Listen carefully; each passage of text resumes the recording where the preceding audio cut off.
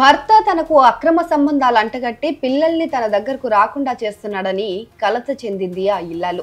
ఆ బాధ భరించలేక తానే తనువు చాలించాలనుకుంది. కానీ తాను చనిపోతే పిల్లలు అనాథలవుతారని భావించి దారుణానికి ఒడిగట్టింది. పిల్లల్ని చంపేసి ఆ తరువాత తాను చనిపోదామని అనుకుంది. ఇప్పటికే 2 కొడుకుల ఉసురు తీసింది. ఈ సంఘటన ఆలస్యంగా వెలుగులోకొచ్చింది. మహబూబాబాద్ జిల్లా కే సముద్రం మండలం నారాయణపురంలో ఈ దారుణం చోటు చేసుకుంది.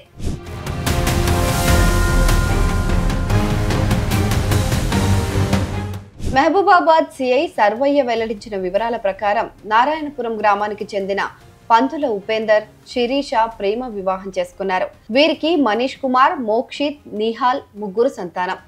ఈ ఏడాది జనవరి 15వ తేదీన చిన్న కొడుకు నిహాల్ ఇంటి ఆవరణలో ఉన్న నీటి సంపులో పడి మృతి చెందాడు.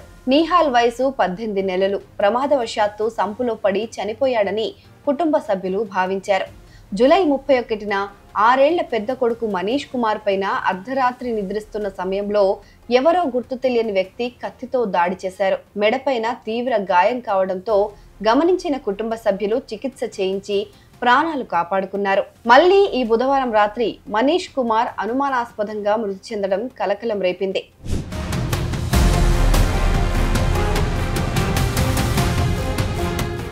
మనీష్ కుమార్ మెడపైన ఉరితీసిన ఘాట్లు ఉండటంతో ఎవరో కావాలనే చిన్నారులను హత్య చేస్తున్నారని నానమ్మ, తండ్రి ఉపేందర్లకు అనుమానం వచ్చింది. బుధవారం ఇంటి దగ్గర శిరీష తప్ప ఎవరూ లేకపోవడంతో కుటుంబ సభ్యులు సందేహించి పోలీసులకు సమాచారం ఇచ్చారు. పోలీసులు శిరీషను అదుపులోకి తీసుకుని విచారించగా నేరం అంగీకరించింది. భర్త ఇతరులతో అక్రమ సంబంధం పెట్టుకొని తనకు అక్రమ సంబంధాలు అంటగట్టి 3 పిల్లల్ని తన దగ్గరకు రాకుండా అత్తమామల వద్దే ఉంచటంతో ఆత్మహత్య చేసుకోవాలని నిర్ణయించుకున్నానని చెప్పింది. తాను చనిపోతే పిల్లలు అనాథలవుతారని భావించి నిహాల్ను నీటి సంపులో పడేసి మనీష్ కుమార్ను నైలాన్ తాడుతో ఉరేసి హత్య చేసినట్లు ఒప్పుకుంది.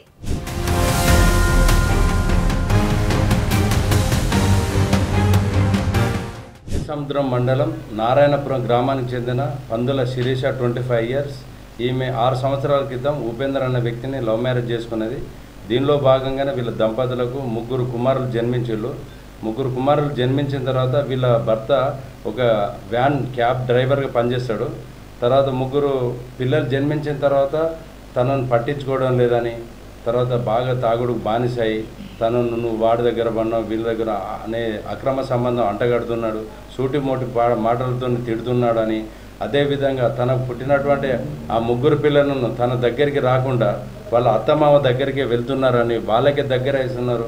అసలు నా తల్లి ప్రేమ అనేది నా దగ్గర చూపెట్టట్లేదు, తర్వాత నా భర్త కూడా నన్ను మంచిగా సరిగా చూసుకోవడం లేదు, నన్ను పట్టించుకోవడం లేదు, కాబట్టి నేను బతికి వేస్ట్ అని జీవితం మీద విరక్తి చెంది ఆ శిరీష ఆత్మహత్య చేసుకోవాలని అనుకున్నది. కానీ ఆత్మహత్య చేసుకుంటే నా 3 పిల్లలు ఆగమైపోతారనే ఉద్దేశంతో ఒక్కొక్కరిని చంపాలని నిర్ణయించుకొని దానిలో భాగంగానే 2025 సంవత్సరం జనవరి నెలలో తన 3వ కుమారుడైన మనీష్ 2 సంవత్సరాలు ఉంటాయి అతన్ని చంపాలనే ఉద్దేశంతో తన ఇంటి ముందు గల వాటర్ సంపు లోపల ఊపిరాడకుండా అతని యొక్క తలను ముంచి ఊపిరాడకుండా చేసి చంపివేయడం జరిగిందని చెప్పింది.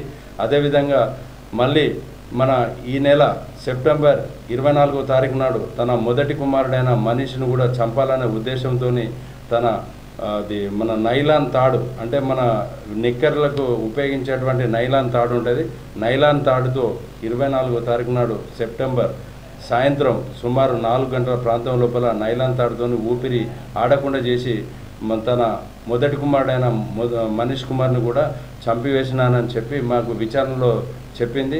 దీనిలో భాగంగా కేసు నమోదు చేసి మన కేసముద్రం ఎస్ఐ గారు అయినటువంటి మురళీధర్ రాజు ప్లస్ నేను సర్వయ్య అనే నేను మీ అందరం కూడా కేసు దర్యాప్తు చేసి కేసును నమోదు చేసి దర్యాప్తు చేస్తున్నాం. దీని లోపల ఈమెను అరెస్ట్ చేసి ఈరోజు కోర్టు లోపల ప్రవేశించడం జరుగుతుంది. దీనిలో భాగంగానే మన మహబూబాబాద్ జిల్లా ఎస్పీ సార్ తర్వాత డిఎస్పీ సార్ ఆదేశాల మేరకు కేసును నమోదు చేసి దీన్ని దర్యాప్తు చేస్తున్నామని తెలియపరుస్తున్నాం.